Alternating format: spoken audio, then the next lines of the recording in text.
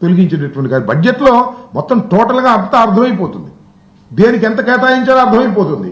అవన్నీ చూస్తే అనేకమైన స్కీములు ఎగ్గొట్టేశారు, కొన్ని స్కీములు అరకొరగా పెట్టి కంటి తుడుపు చర్యగా చేసేటటువంటి కార్యక్రమం చేశారు. అసలు బెల్ట్ షాపుల గురించి శాసనమండలిలో చాలా పెద్ద చర్చ జరిగింది. బెల్ట్ షాపులు ఊరూరా ఉన్నాయి. చంద్రబాబు నాయుడు గారు ఏం చెప్పారండి మనకి, బెల్ట్ షాపులు ఎక్కడ ఉండి చెప్పండి, బెల్ట్ తీస్తా అన్నాడు. బెల్ట్ షాపులు లేనిది ఎక్కడ చెప్పండి. శాసనసభ బెల్ట్ షాపులు పట్టుకొని పేపర్లు ఇచ్చినటువంటి సందర్భాలు ఉన్నాయి. ఎంత అసంతృప్తిగా ఉన్నారంటే,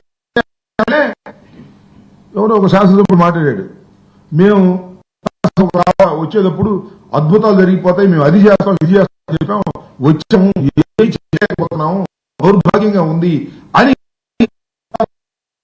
సభ్యులు కాదు, వారి సొంత సభ్యులే శాసనసభలో బహిరంగంగా మాట్లాడినటువంటి పరిస్థితి చూస్తే చంద్రబాబు తలదించుకోవాలి.